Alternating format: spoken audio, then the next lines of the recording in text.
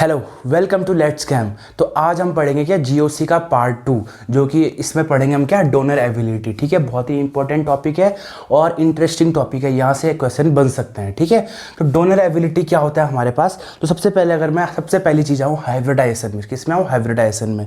तो हाइब्रिडाइजेशन में क्या आऊँ, अगर एस करेक्टर, सबसे पहले किस में आऊँ एस करेक्टर में। ठीक है, ये तो बहुत इंपॉर्टेंट फैक्टर है हमारा एस करेक्टर। जिसको एस करेक्टर के बारे में अब तक बिल्कुल भी कुछ नहीं है पता, तो मेरी क्या हाइब्रिडाइजेशन वाली केमिकल बॉन्डिंग वाली वीडियो देख सकता है, वहाँ पे मैंने एस करेक्टर को बिल्कुल अच्छे से एक्सप्लेन करा है। ठीक है, तो एक चीज़ ध्यान रखना, जिसमें एस करेक्टर ज़्यादा होता है, तो एस करेक्टर का मतलब क्या है, वो क्या होता है, एस क्या होता है, स्फेरिकल इन नेचर होता है। क्या होता है, स्फेरिकल इन नेचर होता है। और अगर पी करेक्टर ज़्यादा होगा, पी करेक्टर क्या होता है, ये होता है आपका dumbbell shape, directional in nature होता है। तो एस करेक्टर ज़्यादा होगा, इसका मतलब क्या है कि हमारा जो इलेक्ट्रॉन होंगे हमारे पास क्या होंगे, चारों तरफ इक्वल अमाउंट में फैले हुए होंगे। तो वहाँ पे न्यूक्लियस का जो इस पर अट्रैक्शन लगेगा वो ज़्यादा लगता है, और अट्रैक्शन ज़्यादा लगने की वजह से वो क्या रहते हैं हमारे पास न्यूक्लियस के बहुत ज़्यादा पास रहते हैं। ठीक है, तो एस करेक्टर ज़्यादा होगा तो इलेक्ट्रॉन न्यूक्लियस के बहुत ज़्यादा पास रहेंगे। ठीक है, और अगर पी करेक्टर होगा तो पी करेक्टर में क्या होता है, डायरेक्शन इन नेचर होता है, वहाँ पे अट्रैक्शन उतनी ज़्यादा पॉसिबल नहीं होती है। ठीक है, तो मतलब इलेक्ट्रॉन दूर रहते हैं, इलेक्ट्रॉन क्या रहते हैं, दूर रहते हैं हमारे पास। आगे समझो, पी करेक्टर अगर ज़्यादा होगा तो इलेक्ट्रॉन दूर रहेंगे न्यूक्लियस से, एस करेक्टर ज़्यादा होगा तो इलेक्ट्रॉन न्यूक्लियस के पास रहेंगे।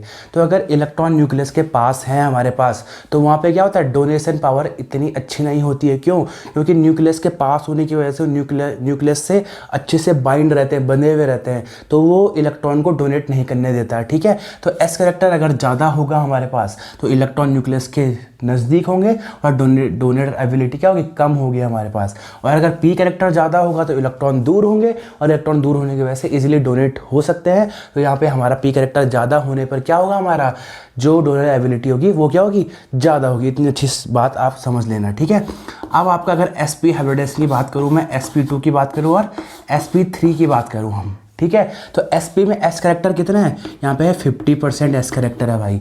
sp2 में कितना है, 33.3% एस करेक्टर है, और यहाँ पे कितना है, 25% एस करेक्टर है हमारा। कोई दिक्कत तो नहीं। तो एस करेक्टर सबसे ज़्यादा है, तो यहाँ पे स्फेरिकल नेचर सबसे ज़्यादा होगा, इलेक्ट्रॉन सबसे ज़्यादा पास रहेंगे, इजीली डोनेट नहीं कर पाएगा। तो यहाँ पे क्या होगा, सबसे कम डोनर एबिलिटी होगी इसकी, तो सबसे ज़्यादा इसकी और सबसे ज़्यादा इसकी, क्योंकि यहाँ पी करेक्टर सबसे ज़्यादा यहाँ पे है। तो इतनी बात आपको अच्छे से समझ में आ गई होगी कि किसका हमारा क्या होगा, डोनर एबिलिटी ज़्यादा होगी। ठीक है, तो मैं अगर एग्जांपल लूँ, एक एग्जांपल लूँ, CH3 नेगेटिव, ये हो गया हमारा CH3 नेगेटिव, और आपका अगर ये हो गया CH2 double bond CH negative.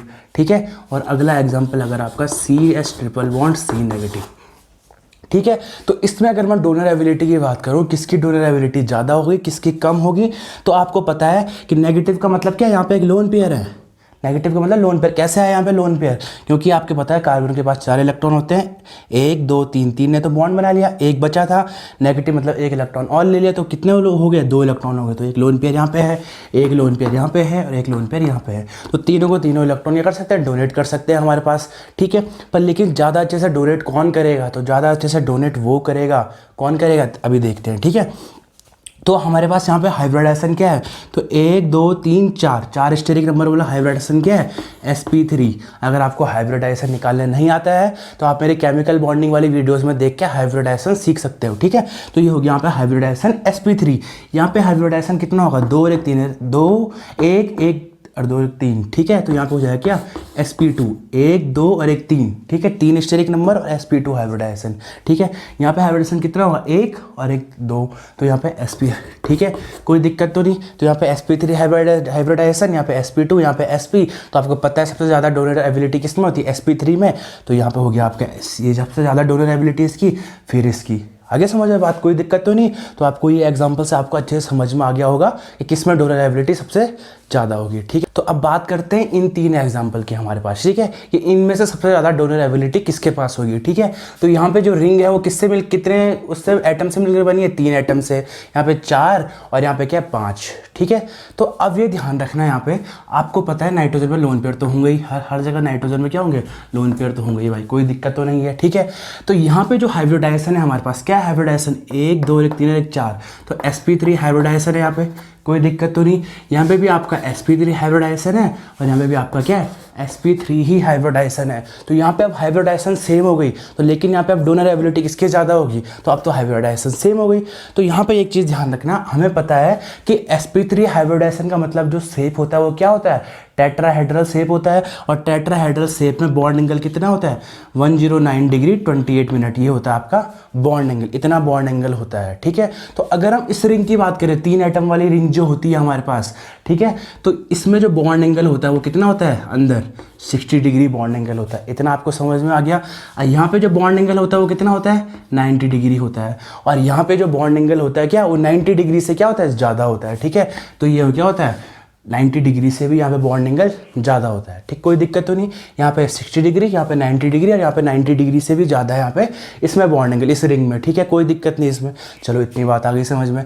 पर यहाँ पे जो शेप है आपका sp3, यहाँ पे आपका जो हाइब्रिडाइजेशन है sp3 हाइब्रिडाइजेशन है, तो यहाँ पे बॉन्ड एंगल होना कितना चाहिए था, तो होना चाहिए था 109 डिग्री 28 मिनट होना चाहिए था, लेकिन है कितना, 60 डिग्री। तो अगर मैं बात करूँ, ये है आपका h, ये है आपका ऐसे, यहाँ पे 60 डिग्री बॉन्ड एंगल है, और यहाँ पे आपका एक क्या है, लोन पेयर है।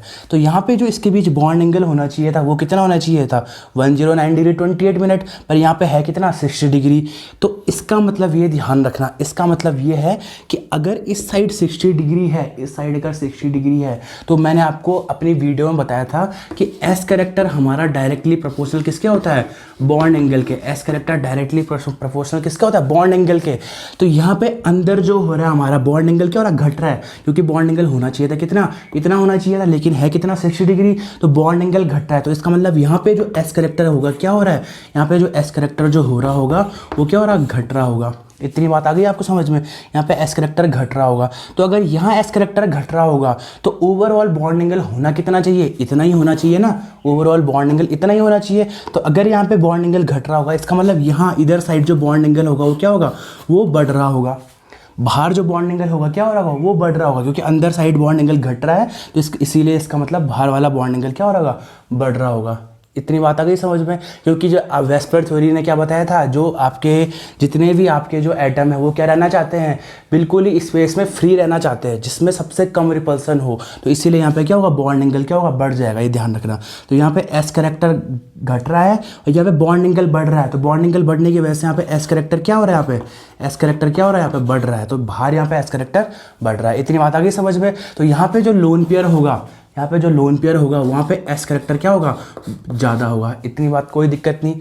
यहाँ पे 90 डिग्री है बॉन्ड एंगल, तो इसके रिस्पेक्ट में अगर 60 डिग्री के रिस्पेक्ट में 90 डिग्री की बात करें, तो यहाँ पे जो एस कैरेक्टर होगा, यहाँ पे जो एस कैरेक्टर होगा वो क्या होगा, वो भी घटेगा। लेकिन इसके कंपैरिजन में क्या होगा, क्योंकि होना कितना चाहिए था, बॉन्ड एंगल इतना होना चाहिए था, लेकिन है कितना यहाँ पे 90 डिग्री। तो इसका मतलब यहाँ पे एस कैरेक्टर क्या हो रहा है, घट रहा होगा, क्योंकि s character directly proportional to bond angle. तो बॉन्ड एंगल कम हो रहा है ना इससे, तो इसका मतलब एस कैरेक्टर भी कम हो रहा होगा। तो यहाँ पे भी एस कैरेक्टर कम होगा, लेकिन इसके रिस्पेक्ट में 60 डिग्री के रिस्पेक्ट में क्या होगा, थोड़ा ज़्यादा होगा। आगे समझ में, यहाँ पे भी कम होगा बॉन्ड एंगल, यहाँ पे भी कम होगा, यहाँ पे भी 6% एस कैरेक्टर कम होगा, यहाँ पे भी एस कैरेक्टर कम होगा।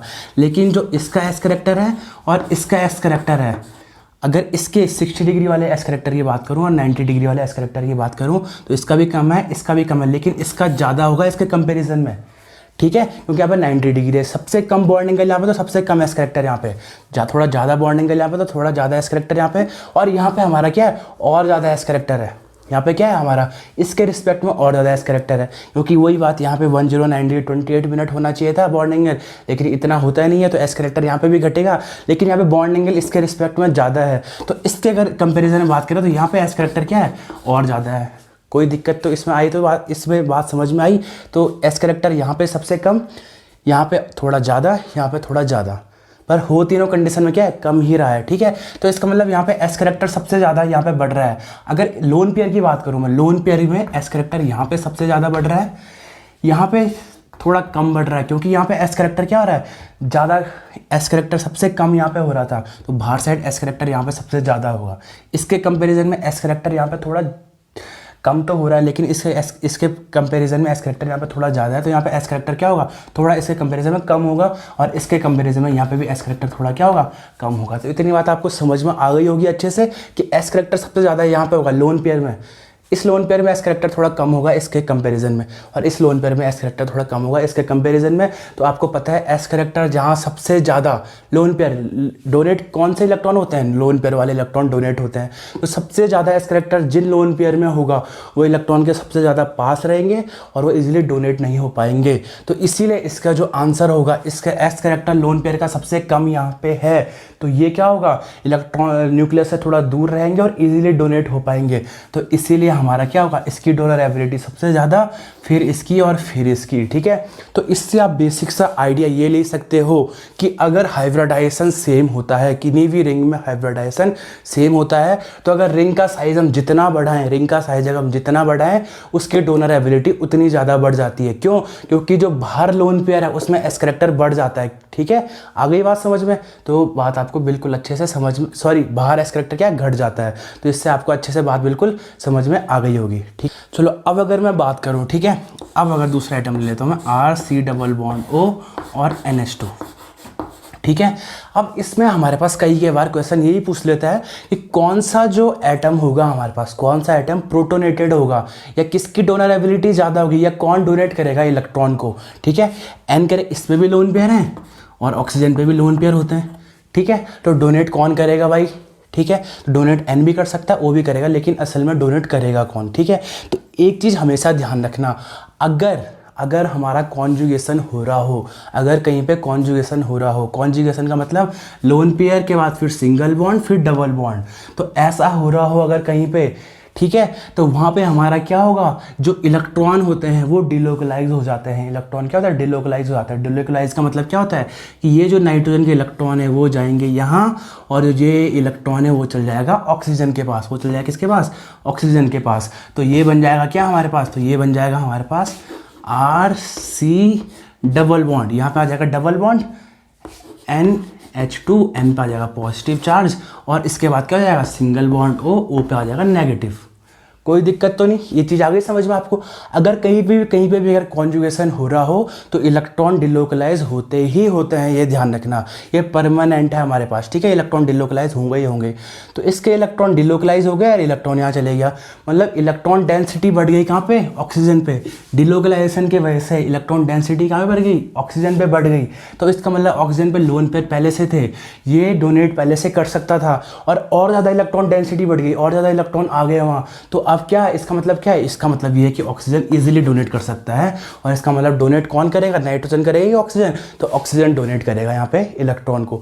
मतलब एक क्वेश्चन ऐसा भी आ सकता है, कौन सा प्रोटोनेटेड होगा, तो हमारा ऑक्सीजन यहाँ पे क्या होगा, प्रोटोनेटेड होगा। तो कोई दिक्कत तो नहीं, आपको बिल्कुल अच्छे से ये बात समझ में आ गई होगी। अब मैं अगर एक अगला एग्जाम्पल लूँ, ये एक बार पेपर में भी आ रखा था, तो ये है आपका NH single bond NH2।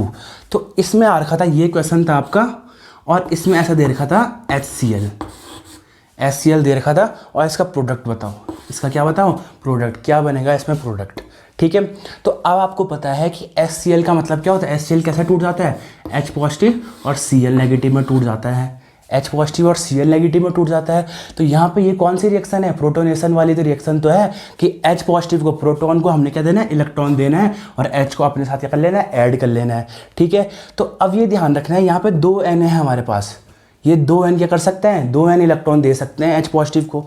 2 N के पास, इसके पास भी लोन पेयर है, इसके पास भी लोन पेयर है। ठीक है, दोनों क्या कर सकते हैं, इलेक्ट्रॉन डोनेट कर सकते हैं। तो कौन सा वाला हमारा इलेक्ट्रॉन डोनेट करेगा, तो फिर से वही बात आती है, लोन पेयर फिर सिंगल बॉन्ड फिर डबल बॉन्ड, कॉन्जुगेशन पॉसिबल है। तो ये जो इलेक्ट्रॉन है लोन पेयर वाले इलेक्ट्रॉन, वो हो जाएंगे डिलोकलाइज, और ये चल जाएगा हमारा ऐसे, कोई दिक्कत तो नहीं। और ये बन जाएगा हमारा क्या, ये बन जाएगा ऐसे, इस पे आ जाएगा नेगेटिव चार्ज, इस पे आ जाएगा क्या, नेगेटिव चार्ज, ये हो जाएगा यहाँ पे NH पॉजिटिव, और ये हो जाएगा हमारा NH 2, तो यहाँ पे लोन पेयर बच जाएगा, कोई दिक्कत तो नहीं। तो अब देखो, अब यहाँ पे हो क्या रहा है कि यहाँ पे जो इसके लोन पेयर है, इसके लोन पेयर इसी के पास है, कहीं नहीं गए, लेकिन जो यहाँ पे इसके लोन पेयर थे वो कहाँ चले गए, वो तो आगे चले गए, ठीक है। इसके बाद लोन पेयर तो बचा नहीं, तो ये तो हमारे पास क्या इलेक्ट्रॉन डोनेट कर नहीं सकता। अब इसके जो लोन पेयर थे, यहाँ पर सॉरी डबल बॉन्ड आ जाएगा, ठीक है। तो इसके जो लोन पेयर थे वो जो कॉन्जुगेशन में पार्टिसिपेट कर लिया, डिलोकलाइज हो गए, तो यहाँ पे लोन पेयर तो हमारे क्या हुए, बचे हैं नहीं। तो इसके पास अब लोन पेयर है, तो डोनेट कौन करेगा यहाँ पे, ये वाला नाइट्रोजन डोनेट करेगा, ये वाला नाइट्रोजन डोनेट नहीं कर पाएगा। तो अगर मैं इसके प्रोडक्ट की बात करूँ, इसका प्रोडक्ट क्या करेगा, इसके नाइट्रोजन क्या करेगा, जो लोन पेयर है वो कर देगा इसको डोनेट, और यहाँ पे हमारा क्या बन जाएगा, क्या बन जाएगा हमारा, तो ये बन जाएगा प्रोडक्ट